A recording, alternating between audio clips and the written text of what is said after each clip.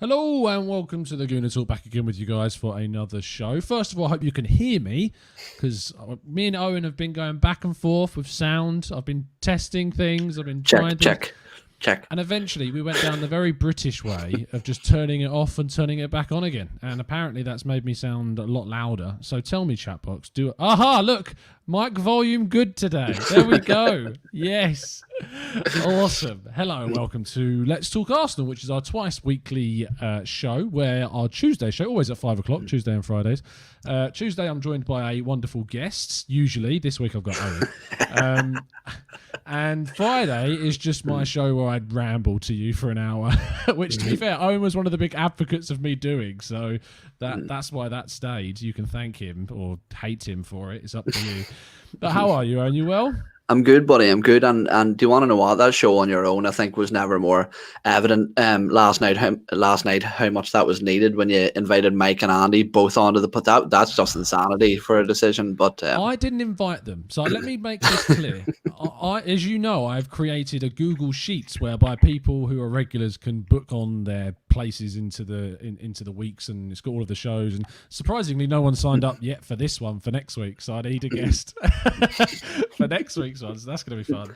But the podcasts have just been all filled up immediately, and Mike and Andy, of course, decided to book onto the same one. You know, they would have been like texting each other and giggling, like, "Oh, let's just sign up to that one because it's the same one." Yeah, that went great. And then you had poor James on. James Cook, who's like one of the nicest guys. Seems like a lovely guy. Consummate professional. He's like me when I go on some other pods where I just want to talk seriously, and it just goes to, So I felt so bad for him, but yeah. Today, after yesterday's show, in which we had a long discussion with Andy, Mike, and James about kind of the situation, and Mike was very much on the side of we should be getting rid of him. Me and Andy were a little bit, me and James... Actually, I think James and Andy were more like, we need to keep sticking with him, and I'm still kind of in between, leaning more towards keep at the moment. But there's so much evidence against it; it's almost overwhelming at this point. But there's no point having that debate anymore because Edu's come out now and told us that they're going to back him. They're going to keep. I mean, let me read you. Let's get up on the screen the quotes, and then we can read through them, and then we can chat about it. So. Here we go. I'm not going to put on a Brazilian accent because it would be horrific. But he says, when he was asked about if fans should relax, he said, "Relaxing is too much. Just believe." What have we been doing for the last 14 years? We've been believing for so long. He says, "Just believe. Internally here, listen, we are all doing well." I don't care. I don't care if you're doing well. I want the club to do well. I couldn't care less about your mental well-being at this state, and I'm all for mental health awareness, but I couldn't care less right now. But he goes on to say, "My main message is that we are not talking about only one person. It is unfair to talk about Mikel or Aubameyang or the goalkeeper. We've just named three. It's unfair to talk about one person. We are a football team. We have a talk about ourselves." That's singular, by the way. Talk about we and not him. So that for me is the main message. The way I see things is very simple. It's normal and easy to be driven by the results. But for me, the main point is... I sound so condescending. Yeah. But for me, the main point is when I see something in which I'm never getting invited anywhere near the club. But for me, the main point is when I see something in which I can see the future, see where we go, the way we're building things, starting to see it on a daily basis. So the way we work, the way we train, and the way we behave internally. If you see the quality of work, if you see the quality of the people, if you see properly what is happening here on a daily basis, it's nothing to compare with the results. Okay, but Edu and Owen, at the end of the day, there is only kind of one thing that matters. Yeah.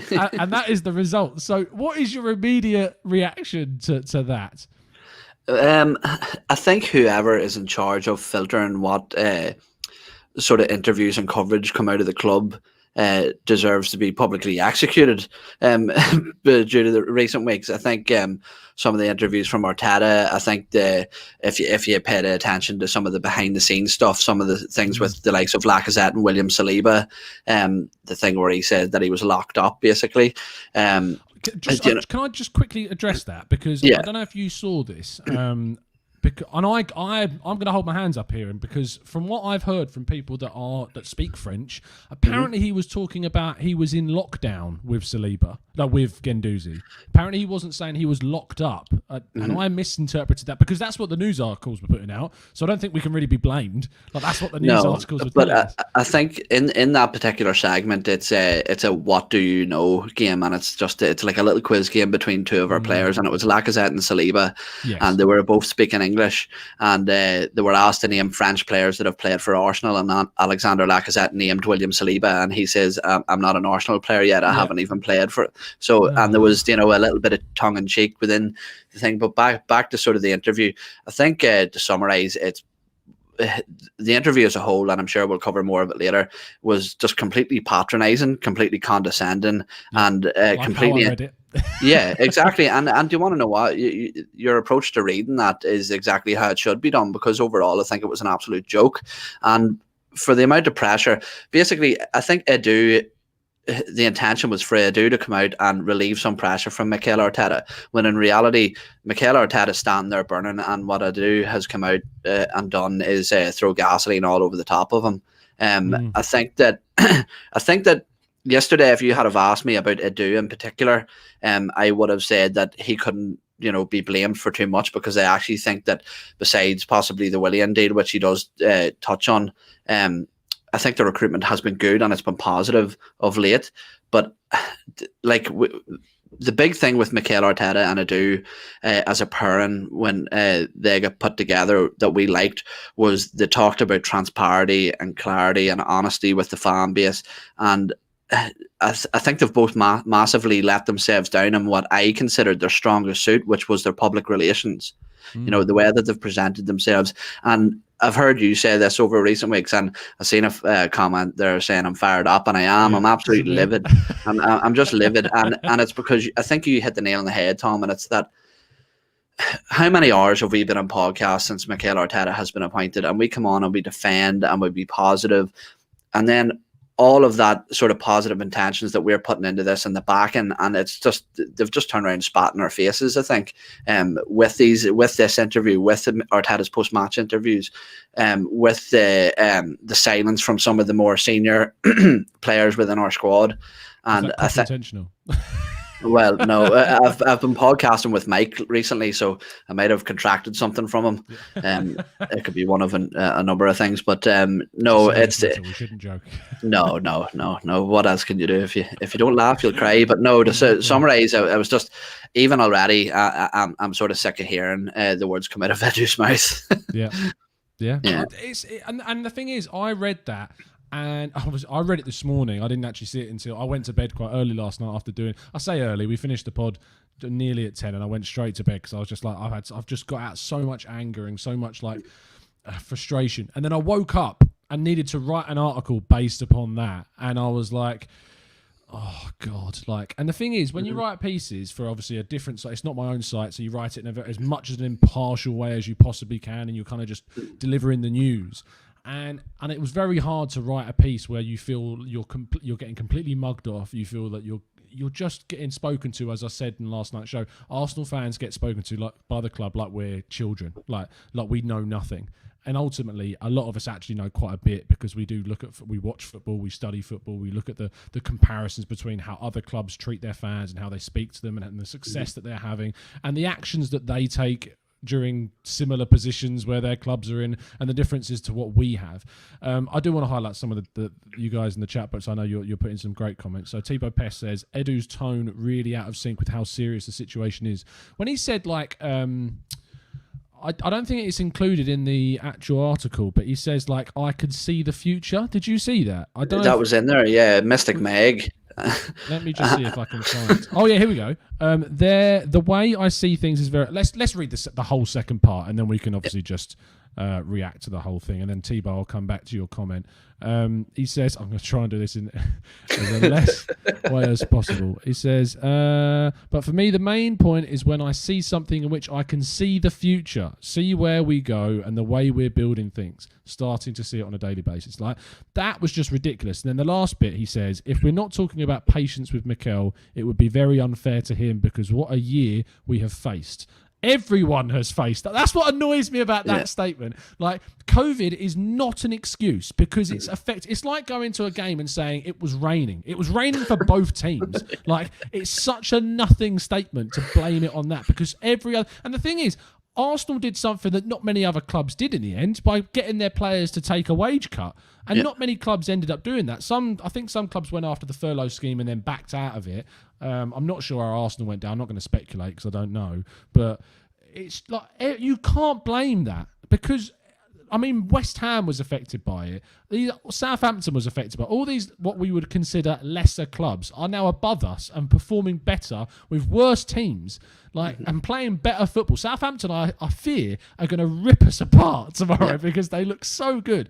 Anyway, carrying on without me trying to lose my mind anymore. Pre-season challenges, 3 months without any football matches, a lot of things changing in the club. He started and stopped, and when he started to get an understanding of all the squad, he stopped again. He didn't get a sequence to know everyone properly. Now, let me play devil's advocate to myself. The difference with COVID that isn't the same is that Mikel obviously is just coming to a new job. He is an inexperienced coach, and where the other teams have had to face COVID, the only evidence that I can see of a difference is that he's had to deal with this situation, which is where that makes sense. He kind of put the context after the statement, which is the wrong way to do it. But how do you fit? Is that a good enough excuse? Is that fair enough to say that Arteta is completely new to the job, not just at Arsenal, but in general as a manager? Is having the interruptions that big of an impact on someone? Or actually, when you look at it in some ways, is it even a bigger help to have more prep during the time in lockdown? How do you feel about it? It's a tough one. Obviously, it's a sort of unprecedented situation, so there's no base level that you can gauge off. You know, he's in a very unique situation. I think probably Solskjaer is the most comparable one, but even he had much more time and he's been coaching for a lot longer. Yeah. For the type of manager that Mikel Arteta appears to be, you know, this sort of stickler for pinpoint accuracy with tactics, and I actually think it would probably be a help. We heard how much of like video analysis he was doing and video meetings, and I don't know. But look, you can say all this, but at the end of the day, and I'm not sure whether we're going to touch on it in more detail later, but for me, Mikel Arteta has excuses, but he's made the situation much worse for himself. For example, you can say that he was Williams playing because he's got limited options, okay? But to consistently pick players through bad form when there are alternatives there is unforgivable, you know. And I said it on a podcast last night, which was that you can blame Hector Bellerin. Hector Bellerin can be bad and he can play bad, but it's Bellerin's fault for the first time. It's Bellerin's fault for the second time. But once you start to get to the third, fourth, fifth week where he's consistently making mistakes, you know, no one's told him. Yeah, the responsibility falls off the player and starts to fall on the man that's picking him. You know, it's like, imagine I employed a painter and decorator to come and do my house, and after the first room, the place looked a mess, but I let him crack on to paint the rest of my house. Who's the idiot? The painter and decorator or me for letting him do it? You know, and it's this things that another point I made was that I think Mikel Arteta, I think that he has come in and he's been heavy-handed before he's earned the right to be heavy-handed. I think he tried to come in and fix the culture of the club, the playing style of the club, when he should have been focusing on one at a time. Get the players playing right on the pitch before you start to exile players, mistreat players, throw players under the bus, whatever. I know I'm going off on a tangent here, no, but it's fine. But to say that the demise of Arsenal under Mikel Arteta falls solely to the coronavirus pandemic it's just disingenuous. You know, there's too many factors for that to singly be responsible for what we're seeing today. You can't blame it on that thing, like because there's, as we talked about, it's the same pitch. Everyone faces that same challenge. I'm trying to think. I've absorbed so much football over the last 24 hours that like I'm trying to think of any other team that's got a new coach this season. Can you think of any team that does? Carlo Ancelotti. Yeah. So okay. So Carlo Ancelotti and Arsenal are effective because they joined at exactly the same time. They're good ways to look at things. In the summer, Everton went out and signed players like James Rodriguez. Now, I was personally against that for Arsenal, and I think that he's been up and down. He had a great start, but he's dipped a little bit now. They went out and signed Ben Godfrey, they signed Abdoulaye Doucouré, and they signed Alan. Now, that's 4 good players, and they're players that they got for around 20 million quid. So they kind of proved at a club like Everton, where you look at that and go, well, if Everton can sign them, surely Arsenal could have a go. And I think that Doucouré is a different player to Partey. I don't look at them as the same style of player. I look at Doucouré as someone who would play next to Partey. I'd say there's more similarities with Alan than there is with Doucouré, for me, personally. I think that Partey is more defensive than what Doucouré is. And I feel that Arsenal could have gone for someone like him. Now, would it have made sense? Like, common sense buying 2 players that are in their later 20s? Maybe it wouldn't.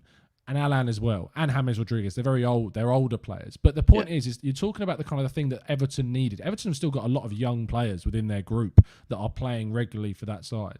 Whereas if you look at Arsenal, is we've got a lot of young players, and then we've got a lot of old players, and then we haven't really got too many players in their mid-20s that we kind of need. The 23, 24. I say that mid, but that's kind of the middle of a footballer's kind of prime. That first step, the 4 years before they then reach their prime, 23, 24. And Arsenal should have gone out and signed another player, like on top of that. And it could have been, I know I'm bringing him up again, but it could have been a Szoboszlai for 20 million euros, which is what apparently RB Leipzig have got even a cut price deal at this stage for him. And we wasted so long, like, negotiating or not negotiating with Lyon about Aouar, when we knew that Jean-Michel Aulas is one of the most difficult people to negotiate with in the footballing world. Like, he's one of the, like, how long it took us to get Lacazette across the line was a joke. And he said he wanted 50 million euros.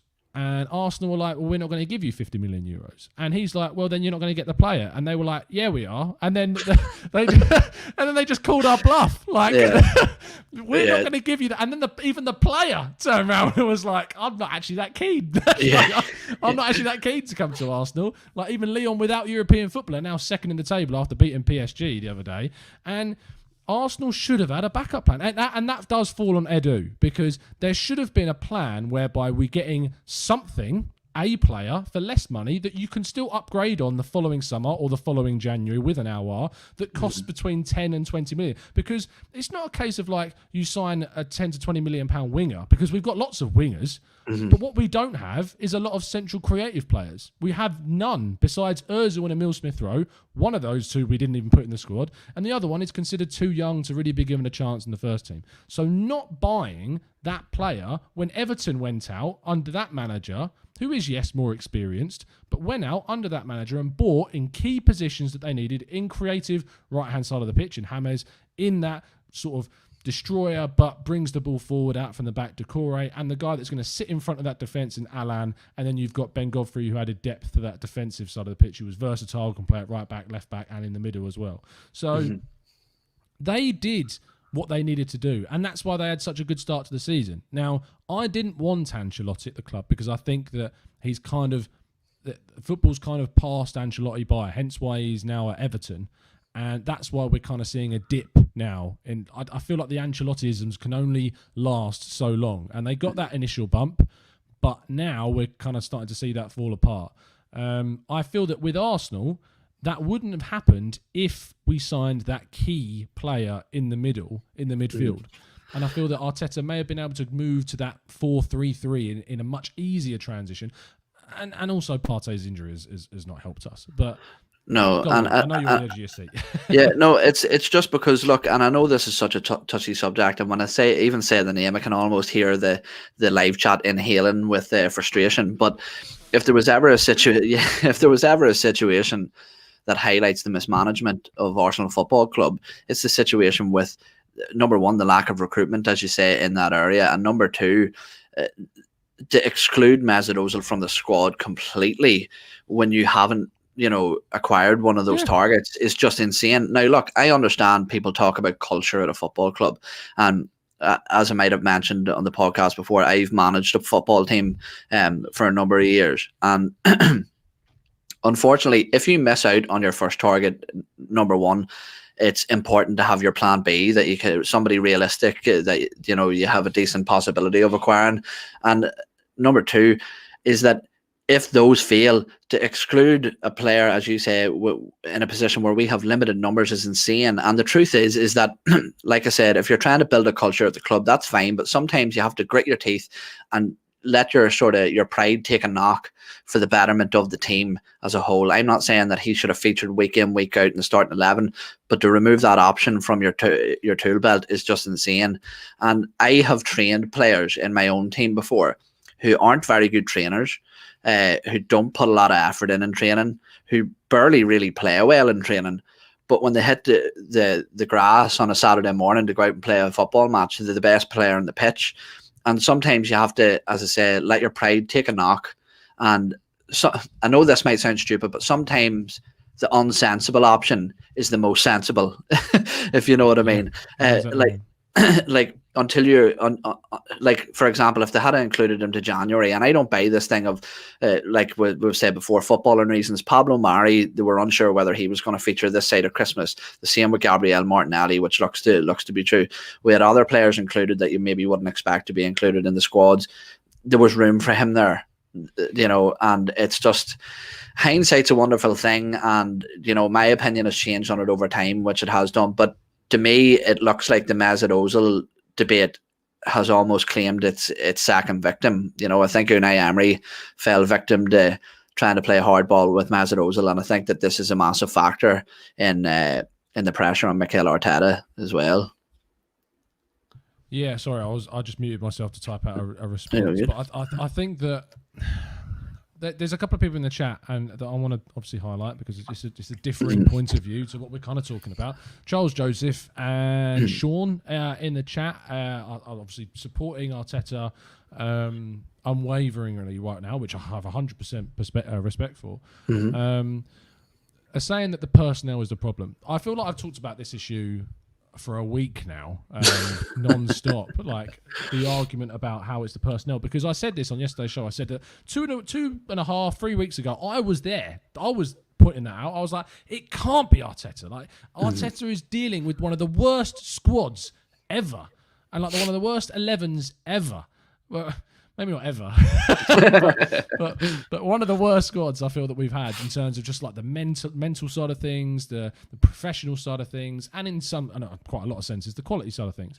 But the thing is you can blame the personnel up to a point, but the same argument that comes from when you were talking about Bellerin and making the consistent mistake over and over and over again, it becomes his mistake, yes. But if you continue to pick these players, or you continue not to coach that player out of that problem and that mistake, that's on you. That is on you as a coach. You can't blame that. Like if you're running a company and you've got lots of people in that company that keep making the product wrong and sending out the wrong messages and sending out the wrong products, or sending in the product to the wrong addresses, you replace those people. And I understand that what might be waiting in the wings is not going to be world class.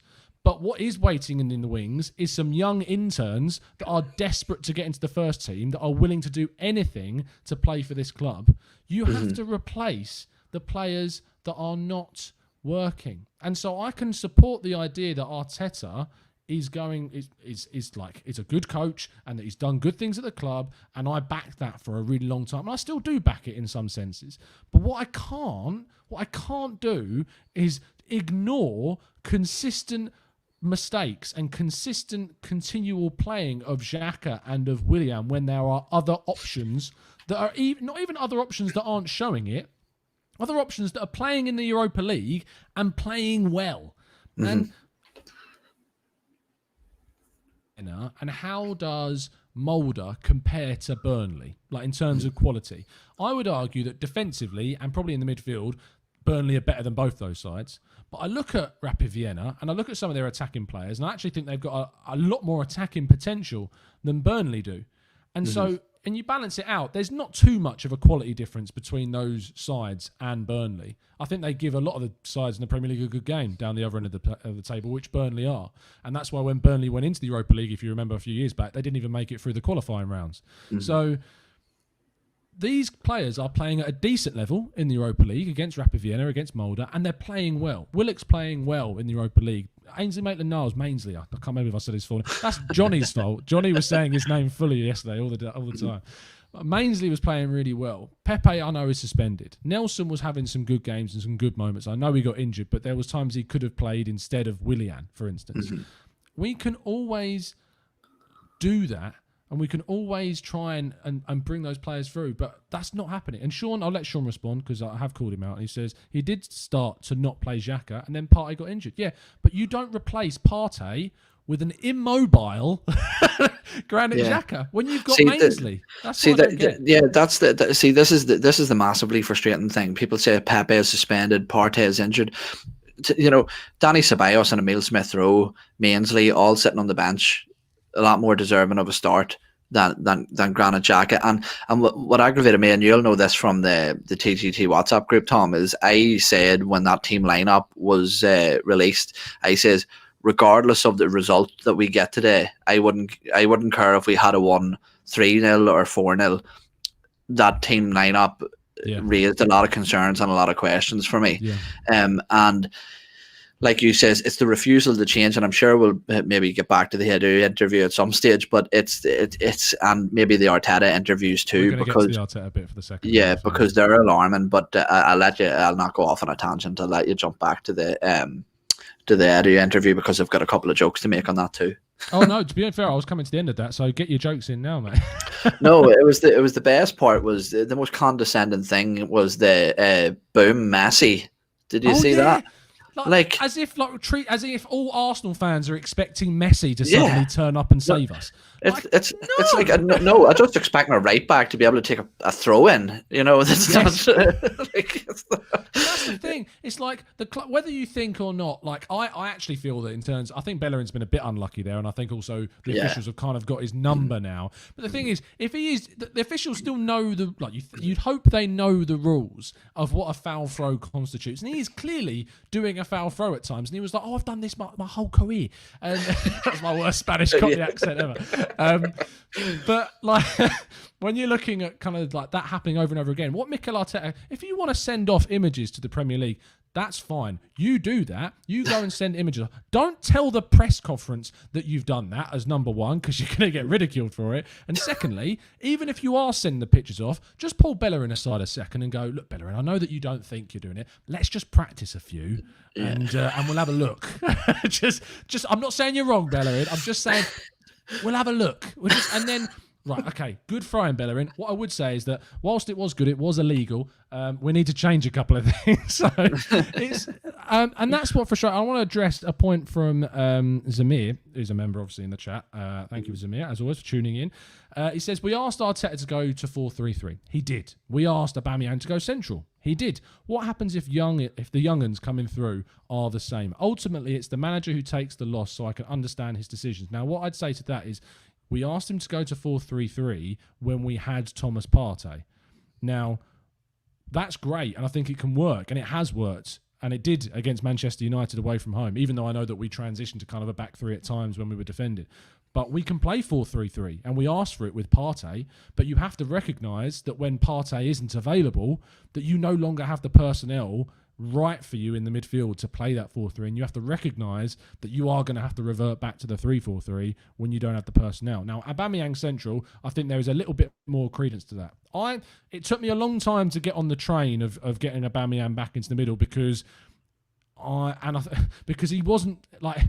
He didn't even score when he was like in the middle. He hadn't played there for a long time, and he'd done really well on the left last season in the 3-4-3. Now, when we changed to 4-3-3 of Aubameyang on the left, he didn't have that extra wing back overlapping him. He didn't have that extra ball over the top from Tierney because Tierney was now the left back, so he wasn't necessarily able to get as far forward because he didn't have the cover of Xhaka or didn't have the cover of Mainsley playing there. So when you look at what's actually available, you have to make decisions based upon those players. And that's what I feel he didn't do. And the thing is, he then persisted with Aubameyang through the middle. After that then didn't work either. And then in my view, you don't then throw him back on the wing. If he's not scoring goals, you take him out the lineup Like he has to be held responsible. His main job is to score, and he was getting chances. Like people say, he wasn't getting the right sort of chances, but there were some chances, like the one against Manchester City, that he did not take. And we need to give a player, like I look at Balogun, and I know it sounds like the easy example, and I'd be saying to myself, if this was me 2 years ago and Aubameyang had missed like a few games and we had a youngster coming through, I'd be like, shut up, Tom, what are you on about? Why are you want to bring a youngster through? Keep on with Aubameyang. But the thing is, this situation is so different because we're not scoring any goals anywhere on the pitch, and we've got Balogun who scored 2 goals in 61 minutes of football at a decent level, and he's not even getting in the squad. It's not about him necessarily starting, but he's not even getting in the squad. That's what's painful. I actually think that we put too much emphasis on the formations. So I do. I think we could play any formation at all, and these problems would still be there.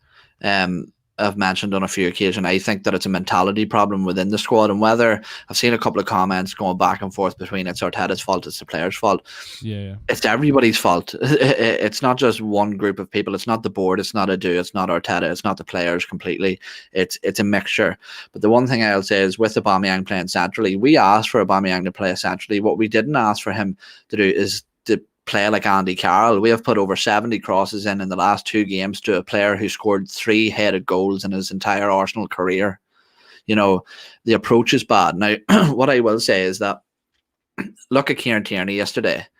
I think, particularly in the second half, after we went a man down, I think that Kieran Tierney solely drove us throughout all the positive things that we did in that second half, even though there wasn't that many of them. Now, imagine you had 11 Kieran Tierneys on the pitch, people with that mentality, people who pick the ball up, drive into space, people who who play the ball past, positive with their deliveries. You know, this isn't a tactical thing, or it's not a personnel thing. It's an approach thing. And I've said this on a number of occasions, that these are the basics of football. Drop your shoulder, turn a man, you know, beat someone, create a numerical advantage. When there's space in front of you, don't stand and pick your head up and take 10 touches. Drive into the space and commit somebody. And if you see a gap in the lines, don't turn back and pass to your central defender. Put the ball in. Nobody's going to go crazy.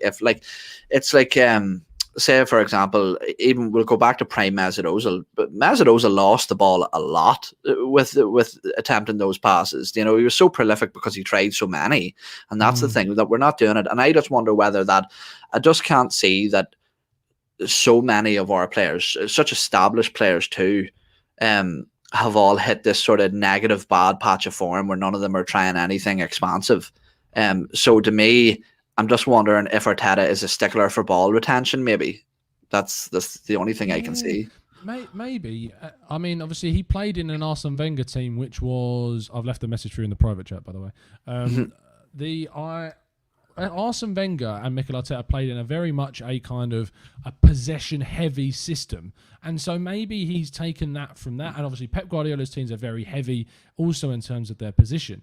So it's just a case of, he needs to work out what his style is. I don't think he can necessarily get the style that he wants from the players available to him. But what I would say is that he needs to be a bit smarter about the decisions that he's making with the players that he's got. And I think that I give a lot of time to people in the chat box who obviously give different views, different points of views. What I would say is that if me and Owen do put a point across, it's pointless then coming back and saying the same thing that you said the last time. You need to actually say something in response, like to what we've said. Yes, Christopher Fung. Like Christopher Fung. I'll throw a question to you. I just need to go grab my charger from downstairs. So let me throw a question. Do not mess up my channel while I'm gone. It's a big reputation to be leaving in the hands of me. Now Arsenal in the chat has said, do you think we get rid of anyone in January? It's a tough one, because obviously this is the thing that everybody says, is that we need to get rid of the dead wood. But the truth is that when you have players on wages such as we have, and delivering their performances such as they are, it's so difficult to shift them on. Especially the January market tends to be quite quiet, let alone taking people on the high wages that we have. And to be honest with you, I could probably see the majority of them players riding it out to the summer. The only thing I've heard sort of speculation of is that they're actually considering paying out those contracts before the end of the season. And see, this is something that I think it was Andrew from Arse blog was discussing recently, and it was that our squad is too big. I think we have almost about 30 players in our first team squad. Now, when you consider that how many players can make a match day squad in the Premier League, that's basically almost half of your squad are unhappy players, let alone two senior players and well-respected players being completely exiled from the squad. And to me, like, you look at Reece Nelson refused to go out on loan, which, look, it's his own doing, but he wanted to stay and fight for a place. He has performed well on occasion and he's not getting a chance. Balogun comes on, makes the most out of the small chances he's been given, doesn't get a chance. Emile Smith-Rowe, he has an aging, out-of-form striker playing in his position, even after he showed promise in the small chances that he's been given. You've got William Saliba, who came in massively highly rated to a team that were struggling defensively with error-prone defenders and hasn't been given a chance. And, you're starting to see a theme of there's a lot of unhappy players within this squad, and that can only create toxicity within the dressing room. And for me, to go back to that question of will we move on anyone on in January, I would love it to happen, but I just don't see it. And see, this is the problem. We talk about these things like the deadwood and this and that.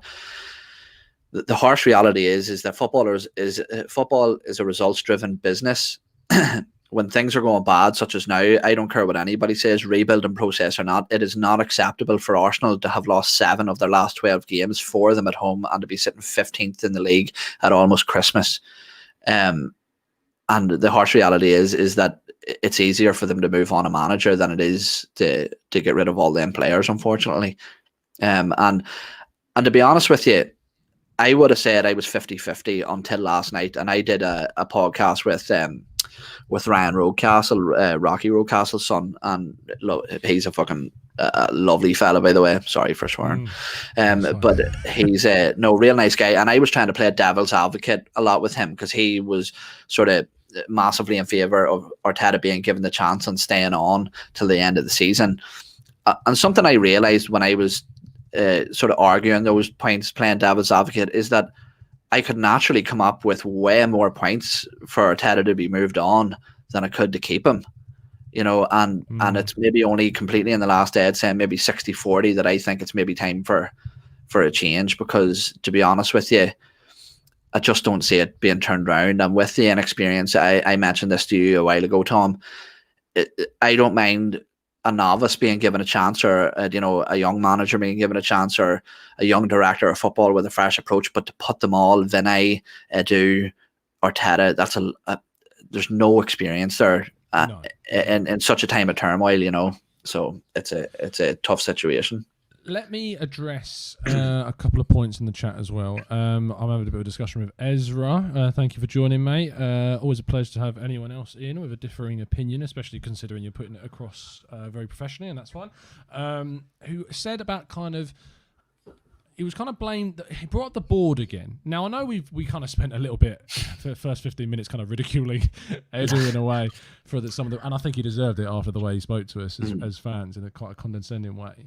What I would say is about Edu is that actually, and the Cronkies, and I know some people call me a Cronky apologist. That's not what I want to come across as. But what I would say is that when you look at what's happened over the kind of last 5 years, the only time that the Cronkies have started to invest is in the last 2 seasons. We saw it with Partey and we saw it with Pepe. Those are the 2 summers after they took 100% control of the club. Before that, they didn't invest, or not that they didn't invest, but apparently, and if you read in some reliable circles, Arsene Wenger had money available to him, and he just didn't spend it. And the club never, and there was never ever a time where the club turned around, or the owners turned around to Wenger and said, "No, you can't have that money." He just never asked for it. And I think there is this kind of perception of the correlation, and I'm assuming, not assuming, I know that it's a very strong correlation between the declining of the club and the taking over of the club from the Cronkies. I ultimately think it was kind of going to go that way no matter what happened, who took over the club after the building of the new stadium, if there wasn't going to be, because Arsene Wenger was still here, and Arsene Wenger was not a man that wanted to invest, and he kind of wanted to keep the club as kind of a self-sustaining model. And he managed to do that, and he always references the fact that his biggest achievement wasn't the Invincibles, it wasn't the getting to a Champions League final, it wasn't all that, it was keeping the club in the Champions League whilst going through years of self-sustaining management of the finances. Now, apparently, and if you read in, as I've said already, there's some reliable circles, is that he just never asked for the money, and that there was a case of the club never, or the owners never turned around to him and said, no, you can't have any extra, we're not going to invest. They just never were asked for that. And I don't really look at the Cronkies as the most football savvy type of group. I don't look at them as the type of people that are as in-depth as you and myself, that look at other players, go and watch other leagues. I don't think they're interested in football enough. I think they're interested in the business side as long as it's successful. I don't think that Stan Kroenke spends his weekends watching Red Bull Salzburg play and identifying little Hungarian starlets, to be honest. And so he's not going to be the type to go, yes, I think we should spend 50 million quid on so-and-so, and so therefore gives him the money. It's going to take that coach to go to the owners and say, look, I want this player based upon what we've got in the coffers right now. We can't afford him. Can you help us out? Because Chelsea are doing that. And that's what Mourinho does at every club. He says, and when he doesn't get what he wants, he goes out into the media and goes, I'm not being backed. I'm not being given the players I want. Wenger didn't do that, ever. And yet there's always kind of this thing about the Cronkies never spending. And actually, when you look at Arsenal spending, they've spent a bloody lot of money. They've spent loads of money. It's just been spent really badly. And we ultimately had some bad people recruiting, that when we look at kind of those players that we were signed that were just slightly too old, like the new contracts, Huss Farmi's now gone. Raul Sanyehi's now gone.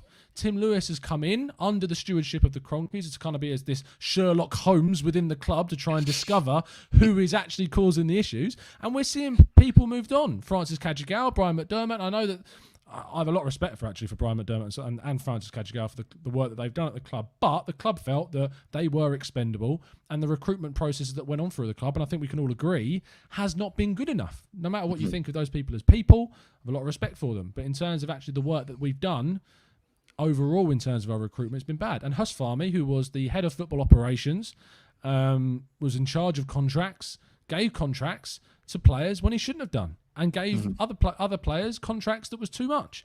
So if anything, you shouldn't really be saying Kroenke out. You should more be saying, let's be patient. Let's have a look at actually, is what they're now doing with full control better? And is actually we need to focus a little bit more on the mistakes that are going on the pitch, and the mistakes that are going on with the decision-making behind the scenes, be that Edu and Vinay. Now, with Edu is kind of the next thing that I want to come on to, even though I know we've spent the whole time discussing him. Edu made mistakes in the summer. We've covered that. He should have signed a creative player, even if it wasn't our number one target, even if it was just a 10 to 20 million pound player in the summer. We had that money. We had 10 to 20 million to spend. And we didn't do that. And that's a mistake. And you call him out. The Willian thing. If I thought Willian was coming in as a depth player to provide competition for Pepe, he wasn't. He was coming in as a starter, which I think is a mistake. And that ultimately was both Xhaka. I just want to blame Xhaka. That was Arteta and Edu. Now, if we look at the other side, actually, some good things have happened with Edu there. We've signed, in my opinion, a world-class centre midfielder in Thomas Partey, who was Edu's preference over Mikel Arteta's preference. Now, I don't think Mikel Arteta preferring Aouar is a bad thing. He recognised that we need a creative player. There's nothing bad about that. But what I would say is Edu also brought in and helped to bring in Gabriel, which was also impacted partly by Raul's influence as well. You can't take away the credit from that. But ultimately, there has been good and there has bad. But I think when you look behind the scenes, there is more good to look at over the last 2 years than there is over the 3 to 5 to 6 years prior to that. Mm-hmm. Would you agree with that, or am I just trying to look at things too positively? No, I would agree with you. And do you want to know something? I thought I was going to mention at the start of the show was my views at the minute are so conflicting, and I know you hate these words, but I'm being such a flip flop, and it's just because I love it. No, man, it's just I've never been this confused as an Arsenal fan, because as you mentioned there, that interview from our dad, from Edu today, really riled me up. But in terms of his overall business and how he's handled incomings, we look at Gabriel Martinelli even. I think Edu was pivotal in that deal. Gabriel, Thomas Partey, as you mentioned, all positive moves, probably the most positive moves, along with Kieran Tierney, that we have made in recent years. And I don't know why he gets put into the firing line, but interviews like this definitely don't help him.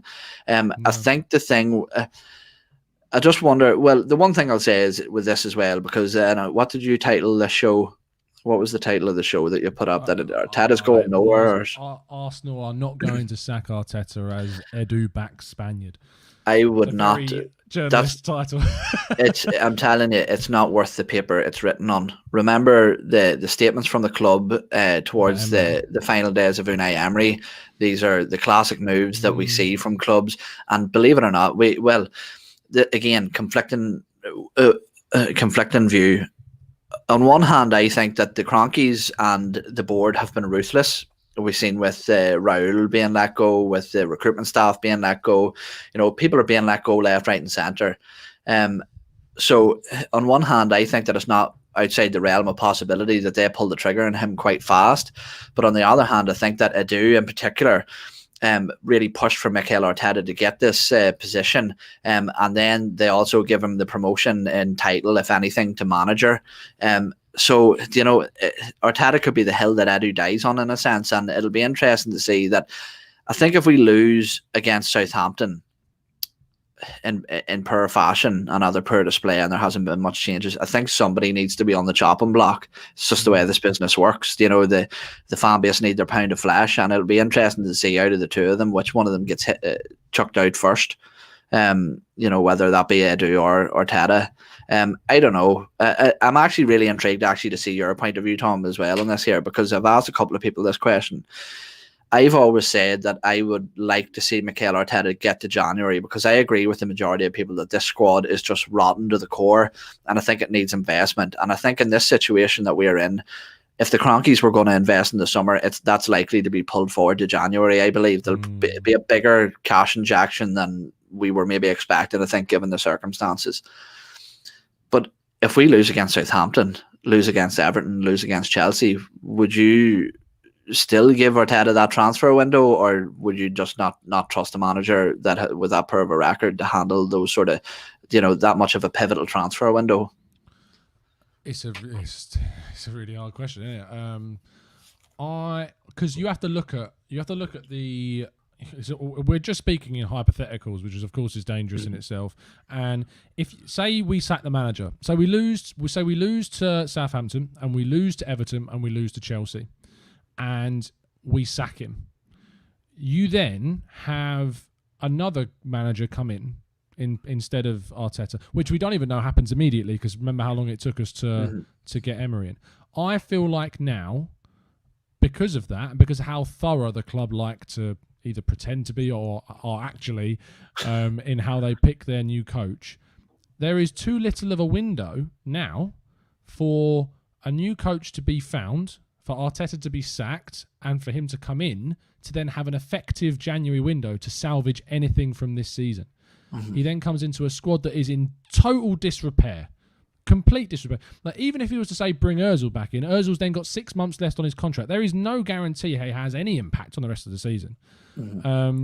You've got players that arguably want to leave now in Granit Xhaka. I mean, a lot of people, including myself, would say he shouldn't play again, but you've got that morale, that what's the word I'm looking for? Kind of that way of thinking in the squad.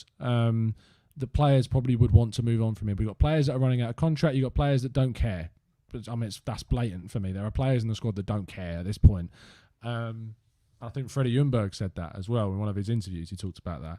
Yeah. And when you think about what a coach would be able to do in January, and we know how important this January window is, even though, in my mind, if we lose the next 4 games, it is nailed on sense to sack your manager at that point. There is no argument in just footballing terms to keep a manager that loses 6 home games in a row. We're on 4 now. It will be 5 with Southampton, I believe, and then is one of Chelsea or Everton at home, or are they both away? Brighton's at home, isn't it? So whatever. There could be 6. So when you look at, oh no, Brighton's away, but I'll check it out in a minute. It could be effectively 5 or 6 home losses in a row, which is just horrific for Arsenal. Arsenal have not had a bad run like this since I think it's the 70s. So, or even the 50s. Like, it's ridiculous how bad our home form is, and you can't keep a manager through common sense if we continue to lose. However, when you look at things in the broader scale, sacking him now could be catastrophic for whatever happens for the rest of the season. Because if you sack him and then you don't have an effective January window, and you have a manager that comes in with a group of players that he's had no say in, he's had no control over, he's had no whatever control there is now. We're in catch-22 right now. Like, if they should have sacked him, they should have done it earlier, and they should have recognised that there was problems going on, and they didn't. Mm-hmm. And now we're in a stage where I feel that it's too late to actually get rid of him now. I feel we've dug ourselves into a bit of a hole where we can't. And I know Yoni Mac points out by saying keeping him could also be catastrophic. And I understand that. And that's what I'm saying. We could lose the next 4 games. But I feel that the impact on the January window could be worse by getting someone else in. It's to me, it's all dependent. I think there's probably, look, if you're gonna send him packing at the minute, there's probably only one man that I would take at the minute, and it's Rafa Benitez. Somebody that demands respect, an authoritative figure, and somebody that has earned the right to be an authoritative figure. I would imagine that Rafa Benitez probably has quite a presence around him. And my concern is that if we stick with Mikel Arteta and this mundane run continues, mundane playing style, and my worry is that we can say the players have contracts, but all these positives that we have, Thomas Partey, Kieran Tierney, Gabriel Martinelli, Gabriel our centre back, all these players that are positives at the minute, I think that it's not outside the realm of possibility that either in January or in the summer that we see a mass exodus through transfer requests. I know that we can't have the entire squad leave, but some pivotal figures that we would love to see stay here in the long term. You know, we have to remember as well is that this isn't the days of club men growing up, coming through the academies the way it were. You know, football in many ways is a mercenaries business now, and people are out to benefit themselves. And to think that any of those players are going to have massive loyalty to Arsenal in a time of struggle, it's just, you know, I don't know, man. It's just such a difficult situation, as you say. It's I don't see any other club being in any kind of situation as we are now. Like, you look at United and how they were at some points after Ferguson left. I think this is a worse situation than that. And I want to address a couple of things in the chat box. Christopher Fung says, if the dressing room is already lost, does it really matter who is coming in January? Tando says keeping him is suicide. He has lost the dressing room. Now, I don't actually agree with the point that he's lost the dressing room as a whole. I think if you look at the comments of players like Kieran Tierney, who, let's face it, 99% of the fan base love Kieran Tierney. Bordering on 100% of the fan base love Kieran Tierney. And yet here he is, the guy that we love, come out and saying that we've got a great manager and that we want Kieran Tierney to be captain. He's the one coming out and saying that. And then you've got Bukayo Saka, who came out before the game against... I forgot Burnley. So I'm trying to forget it so much.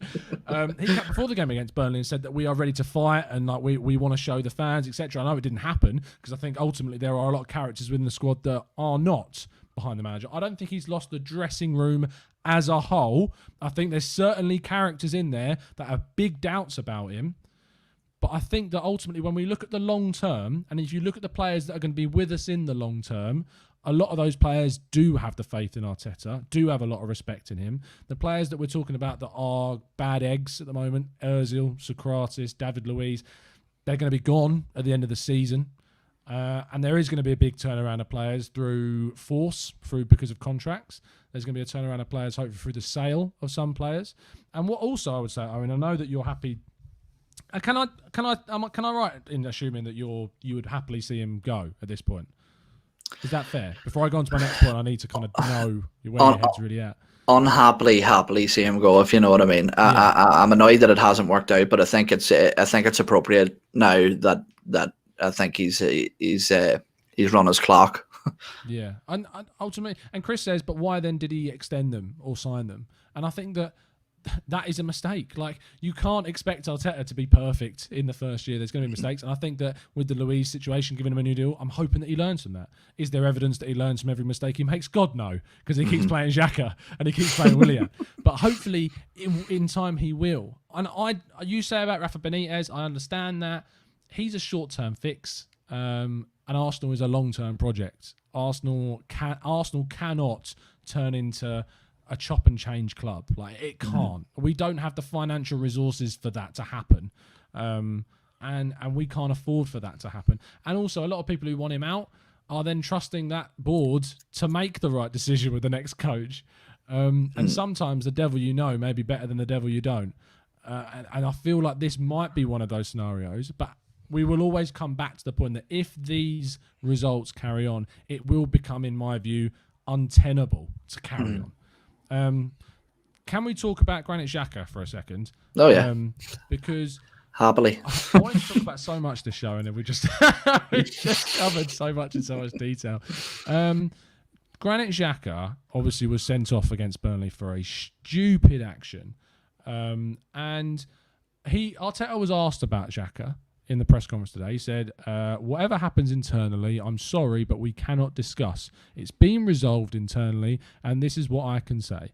He said that he was asked, does Xhaka have a future after another rocky moment? He says he has had, and he's not the only one. There's lots of players.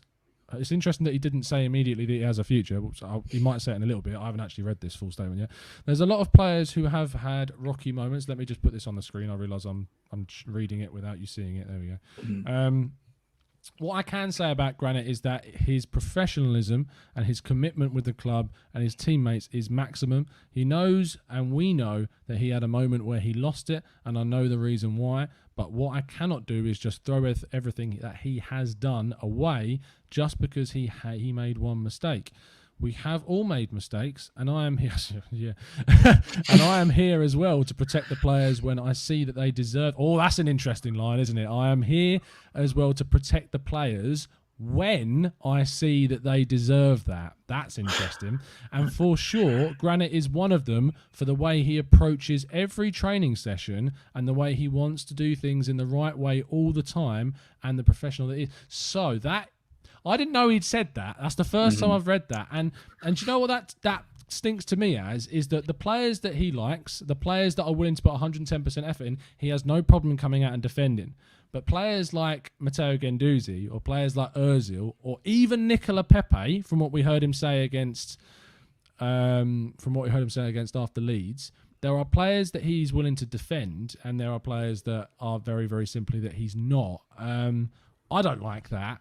I think that it should be, if you want to talk about non-negotiables and clean slates for everyone, then that's kind of one of those things that he's probably making a mistake with.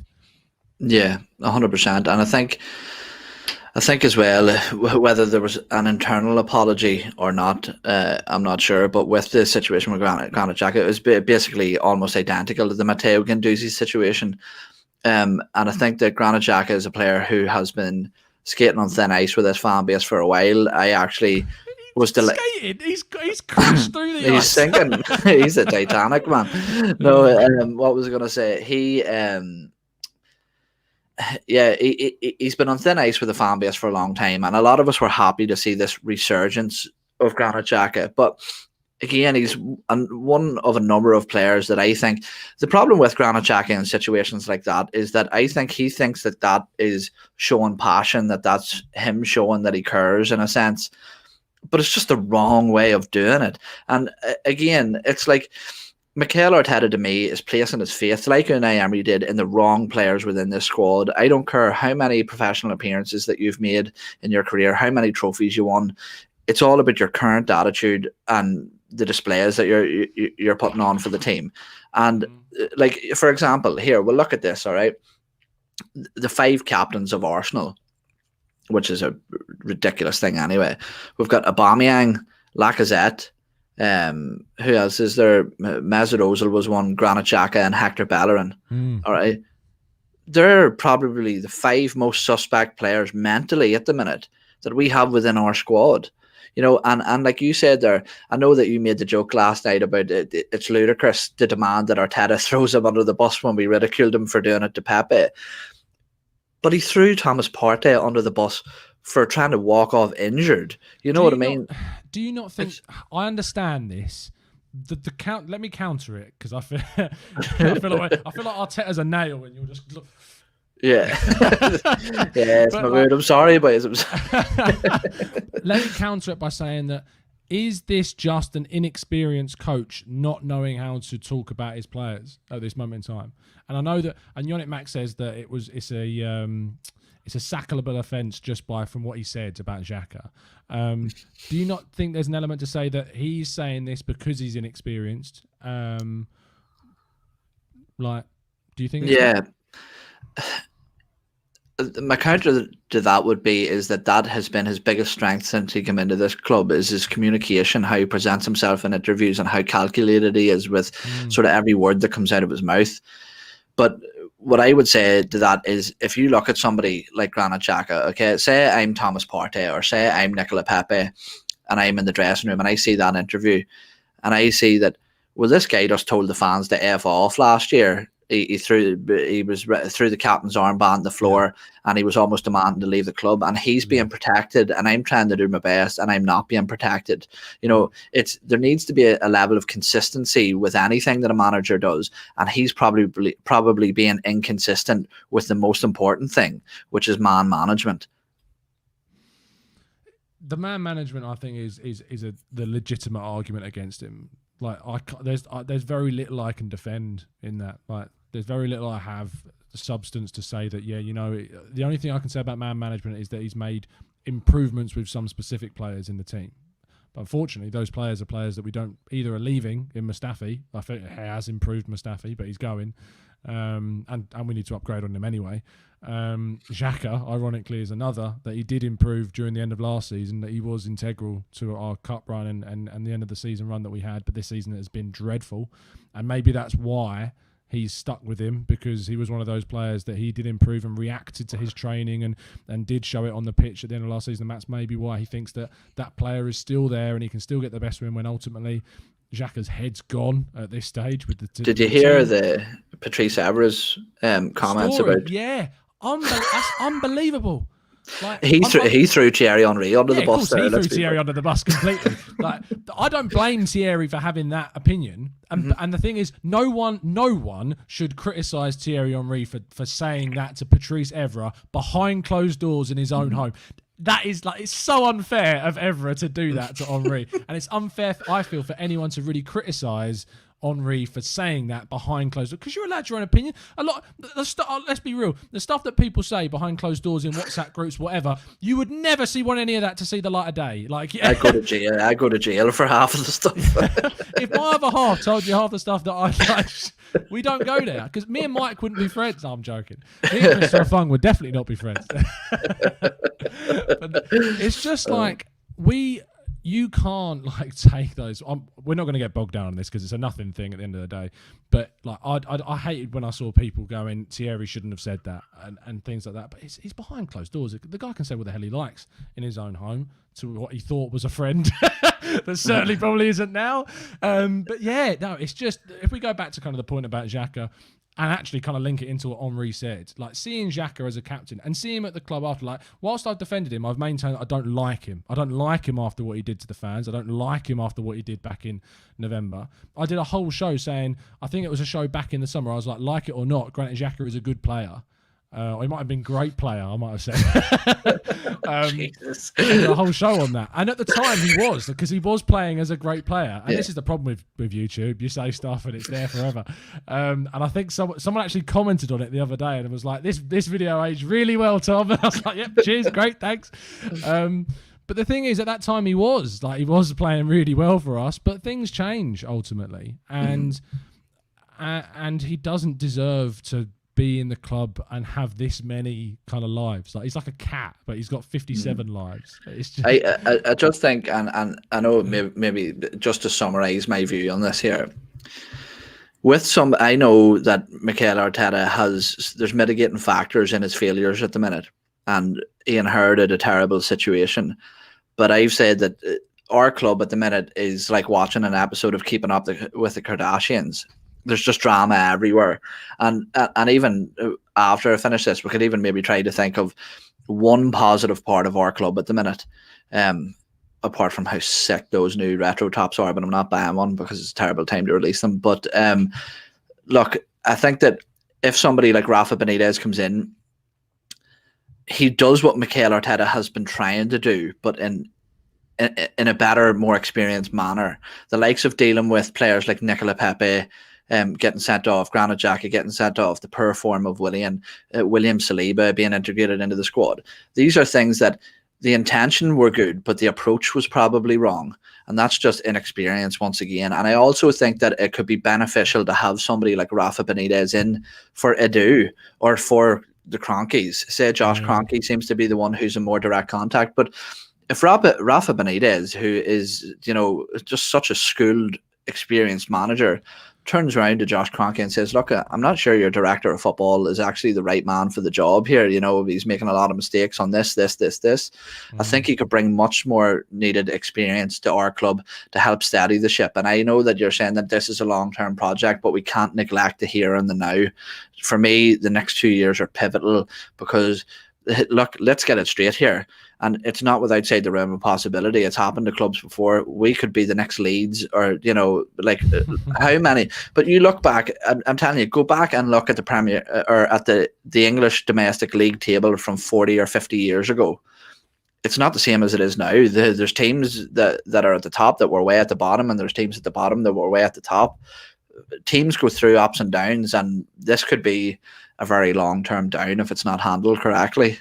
Iron Cub said Rafa Benitez is just not a long-term appointment. I want stability, not just a roundabout of trainers. So how would you respond to that? We'll put it like this. Look at somebody like a Nagelsmann, okay? That's probably someone I think that would probably top the list of a lot of people as a potential manager that could come in. Do you think he's going to come in now when we're 15th or when we're 10th or whatever? No. I think that we need a short-term manager maybe to take us for 2 years and get us back towards those Champions League places. And all of a sudden, after the acquisition of some better players, our youth progressing and becoming more exciting prospects, the money of Champions League football, I think we become a much more attractive package to somebody like a Nagelsmann. And when you look around, you can't just look, and you can't just keep saying it's a long-term process if the process isn't going anywhere or showing any change. You know what I mean? You can't just stick with something for the sake of sticking with it. It has to be beneficial. I know that, and that's why I've said if we do lose our next 4 games, there's nothing defensible. And if we lose our next 4 games and Willian starts the majority of them, that sort of thing, where mistakes aren't being picked up. I still think Arsenal I use an analogy of Top Gear sometimes, where they would review a car that was made in a shed by 2 mates, and they've just started up their own car company, and it's everything about that car is better than, say, an Aston Martin. And then at the end of the show, they go, which one would you have? And you're like, well, I'd have the Aston Martin. So I kind of feel like Arsenal is still like that, where the badge and the kind of the aura around the club, even though we are as worse as we could be, would still attract a lot of really good coaches and a lot of arrogant coaches that would feel they could still turn this around, and it would be a good kind of notch on their CV at the same time. There's absolutely nothing wrong with arrogance in football. Arrogance is you look at Thierry Henry, he's one of the most arrogant men on earth. So there's nothing wrong with having arrogance in football at all. But you need to back it up with substance. I don't look at Arteta as an arrogant man. I look at Edu as a bit of an arrogant man, and I think you can tell that from some of his statements. I look at Arteta as a confident guy that feels like he's having a really bad rough of the green, but ultimately, because he's buckling under the pressure at the moment, and he's making the consistent mistakes that a young coach will do and has done. Nagelsmann makes mistakes. You look at RB Leipzig in that semi-final. They made so many mistakes against PSG. And that is just because Nagelsmann was inexperienced. They arguably had the quality to beat a very poor PSG side, but they didn't, because they didn't have the experience to do it. And Thomas Tuchel, who does have a lot more experience managing at Dortmund and then managing some very big personalities at PSG more successfully than you would argue Emery did, that they got away with that. But the thing is, when you look at Arteta and the situation, my question to kind of round off the show in a way is to say he's going to stay. We know he's going to stay in the short term at the moment.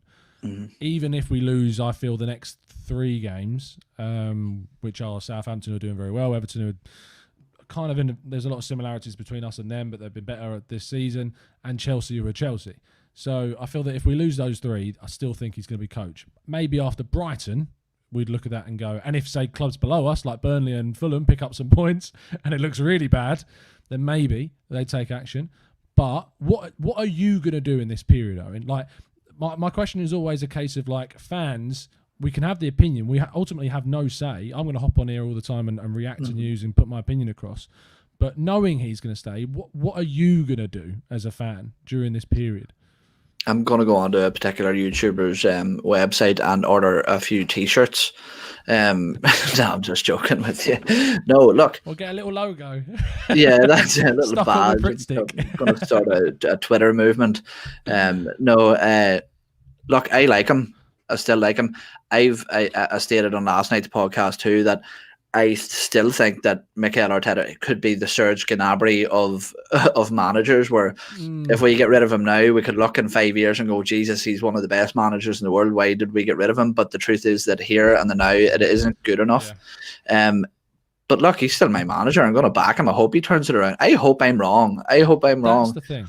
You know, that's the thing. It's like, I hope, and I love having, and I say this every time on a lot of shows, I love having people like Yannick and Rydog and Beast Titan in the chat who have a completely different view to me all the time. But I hope that their underlying view, whilst wanting Arteta out, and I hope that they want him to turn it around still. I hope that if he's here, and while he's here, even though they want him gone, that you can still have an underlying hope that whilst he is here, he does start to turn things around. He does start to get the best. Because I know there are characters out there that don't want that, that genuinely do not want him to turn it around because their own, their own opinion and the principle that they've put across of wanting him out is more important than him actually turning things around for the club. And that's worrying. Sorry, Rydog said, I don't want Arteta out. Fair enough, Rydog. I just, you always disagree with me, so I want him to figure it out. That's a good way to put it. That's the thing, is that, whereas I know Yannick very much does want Arteta out. I want Xhaka out, says Rydog. And it's do you want to know what's so bad as well? And funny, I was listening, as I mentioned, to Arseblog earlier, and there was so was I, yeah. one of the user questions come in, and it was a guy, and he said that he was like, what advice would you give to somebody who this is really affecting? He says, it's actually getting me down and I've got like anxiety over the situation. And God love that fella. I hope he feels better, but like not to that extent. But I've never felt football hit me as hard, if you know what I mean. Like, you can go onto my channel there, shameless plug, Gunner Crack there. You can see the tag. No, just joking. But you can go check it out. Gunner Crack, go check it out. Well, that's the thing. There hasn't been a video uploaded on it for 2 weeks, and it's because I've just been. It's a difficult. It's something that I've. It's something that I've. I know it's terrible promotion, but it's something that I've got a lot of respect for you doing, because since doing that, I understand how hard it can be after those games to come on and ask questions. And the truth is that when my mind isn't clear, I can't ask the right questions. And I tried to take a step back. I tried to be like, I'm not going to do any pods. I'm not really going to watch any YouTube content around, or I'm going to try and take a little break, but I can't do it. You know, it's just you care too much. And that's the thing. That's the thing that I realized. And it's even with some of these so-called idiots or whatever on Twitter. I think the thing to remember, and I don't like the Arteta in, Arteta out label, but I was getting into conflicts with people on Twitter and spent my days arguing points. But when you take a step back and look at it and you think, I just started thinking to myself, well, this guy might have an opinion and he might be a bit of an asshole, but he wants what's best for the club and he thinks what he wants is the right way to do it. And what makes my opinion any better than that guy's? You know what I mean? We're both fans and we're both we're both as unqualified as each other to be having those opinions and pushing them. So I think it's important at a difficult time like this that we don't go on and start ripping each other apart. That the important thing is that everybody has the club's best interest at heart at the best of times. You know, I know there's maybe the odd few, but it's a tough time. And look, as I mentioned, I pray to God that Arteta turns it around, because I really, really like him. It's just that with the evidence that he's provided for me, I don't have a lot of faith in him turning it around. Yeah, and you're 100% right. And I look at the chat constantly.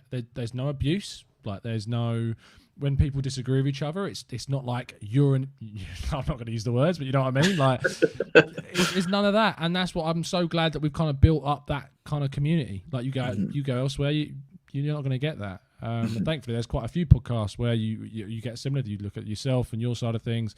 The Gooners Pod's a little bit lowbrow, but you still get some great discussion. Burcoat Wonderland, etc. Obviously, Harry Symeou at the Arsenal Chronicles and stuff like that, where you just get reasonable discussion and debate. And I'd rather sit here, and that's why I do these Let's Talk Arsenal shows now, because we've got such a great audience at the show, where we can have these discussions. And that's why I think the Discord server is genuinely one of the best things I've ever made. Like, because that's full of our members that just talk all day, non-stop, about football in a really level-headed, discussion-based way. Like, have you ever looked at that Discord server? I know Christopher Fun's going to go in there and start slagging people off, but have you ever seen anyone like argue in there, really, no. and get heated? No, it just doesn't happen. Dude, I'm gonna confess here. Actually, see, before every one of my shows that I do on my own channel, I actually go into the Discord server and look at the topics of discussions and the questions that people are asking each other, and I just steal them. So thanks very much. You're barely ever in the Discord server. I'm in the Discord server during games. That is when I get in there. But I have a life. Like, I have a job. I have this. I have a really over-obsessive girlfriend, like, who doesn't watch this show. You'll be glad to know. I know that he's not the most visible in it, but he always keeps a watchful eye. Never forget it. He's watching all the time. I got little alerts coming up when certain words like Soboslai come up in the chat. Oh, dear me. It would if I joined, said Rydog. Yeah, but yeah, you know, you're fine in the chat, Rydog. Keep your money. You keep it, mate. No, anyone is absolutely welcome at any time, and you can join up by pressing the join button in the description. Also, tomorrow, I want to make this clear now. Quite a lot of our listeners are watching. there is no straight after the game or reaction show for the first time, which sucks. Like, I'm so gutted that I can't do it, but it wouldn't be fair on my job. I wouldn't be imagine if I was still teaching. Sorry, girls. I'm just gonna go off and do a podcast while you get on with some geography. No, you just don't do that. So, it sucks. But I'm not gonna be around to do that. I finish at 11, and it's just too unfair on my neighbours to just start doing a podcast shouting at Arsenal losing to Southampton at 11 o'clock at night. So we will be doing a show I'm gonna either do it in the morning before I start at 9. So I might jump on at 8 o'clock and do one in the morning, which obviously for our Western listeners is going to be very early for them if you're going to stay up for that. If not, it will be straight after my shift finishing at 3. So there will be a show after the Southampton game for you guys to come on and have your say in the chat. It just won't be straight after the game this time. Thank you, Owen, for your time this evening. I know we've gone on a little bit longer than we usually do, but there was a lot to talk about. So yeah. No, it's a pleasure. I need somewhere to vent, and it's good to be on this side of the table again, and back where I belong on TGT. It's been a while, but Christopher Fung's given me some stick in the chat as well for not answering his questions. I don't have my phone on me, Chris, and to be honest with you, I just don't care what you have to say anymore. I'm just joking, buddy. So the thing is, Chris, is unfortunately what Chris has done is he went down the route of like becoming this bad boy. Like, yeah, no, I love him. I'm telling you, I love him. As good as he's been giving it. So, and he doesn't like it. So yeah, no, but he's so good. good I gave it. I know. We need to go back to nice Chris. It was just nice Chris. But no, I don't know what's happened to him. He's he's having a few moments. We'll get him back on the show soon, and he can explain himself. Oh dearie me, unbelievable stuff. We'll see you tomorrow at some point. I'll probably do the preview show in the morning because that's when I am actually free. So I'm going to do the preview for the game tomorrow morning, and that'll go up with hours before the game, so make sure you set your alarms, your notification things, I should say. And yeah, it's been a pleasure to speak to you guys. Check out Owen's channel at Gooner Crack. It's fantastic stuff when he does decide to post. He's turning into a bit of a John at the moment, not posting content. But yeah, make sure you check out that. Check out the Gooners Pod, the Burkout Wonderland, Harry Simeon stuff, everything. There's so many channels by now, you know them all. But yeah, thank you guys for all the positive comments and the great discussion. We'll see you again tomorrow, and then straight after the next day after the Southampton game to discuss that. But it's been a pleasure to speak to you. Join us at 5 o'clock every Tuesday and Friday for Let's Talk Arsenal, and we will see you again very, very soon. And as always, up the Arsenal.